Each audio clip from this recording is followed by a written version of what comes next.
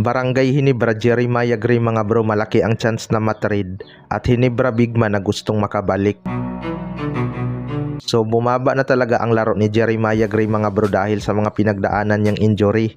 Tinisting nga siya ni Coach Tim Con sa Manila Clasico para bantayan si Mark Baroka, pero ginawa nga lang itong asintahan ni Mark Baroka kahit mayroon itong height advantage. May mga turnover din itong nakocommit mga bro kaya hindi na siya binalik ni Coach Tim Con. Nandun pa rin naman yung sipag ni Jeremiah Gray at yung kagustuhan niyang makatulong sa kanyang kupunan, pero iba na talaga mga bro. Nagiging liability na talaga siya both offense and defense.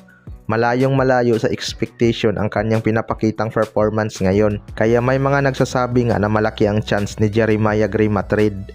Well, para sa akin mga bro, posible talagang mag-rebuild tong Barangay Hinebra kung hindi pa sila magkakampyon, lalo na't may bagong team ang papasok next conference.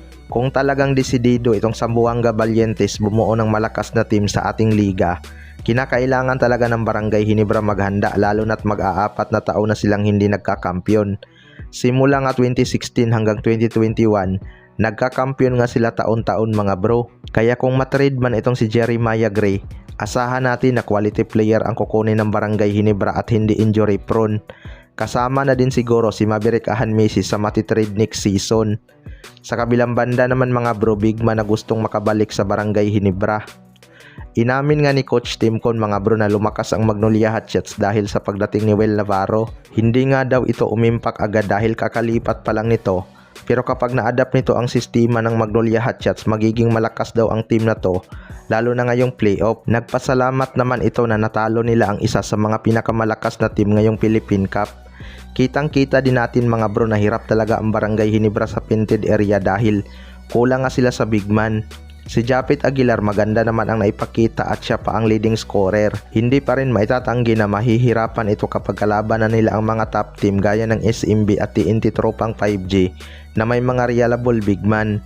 Si Ben Adamos lang talaga ang nakakapalitan ni Japet Aguilar. Mabuti na lang at nakapag-contribute ito kaya nakakapagpahinga si Japet mga bro. Pero ayon sa source, may big man nga daw na gustong bumalik sa Barangay Hinebra. Ito nga ay si C-Stand. Alam naman natin kung gaano kalaki ang papel si Stan sa Barangay Hinebra. Ngayon ngang di na ganun ka-effective ang triangle ni Coach Tim Con. Kinakailangan talaga nila ng big man na kayang makipagbardagulan sa ilalim. Hindi nga kaya ng isang defender lang itong si Stan, kaya madalas itong nadodouble team. Mataas nga ang basketball IQ nito kapag kumagat sa kanya ang depensa. Kini-kick out niya agad ang ball, kaya abangan na lang natin kung ibabalik siya. Kayo mga bro, ano masasabi nyo tungkol dito?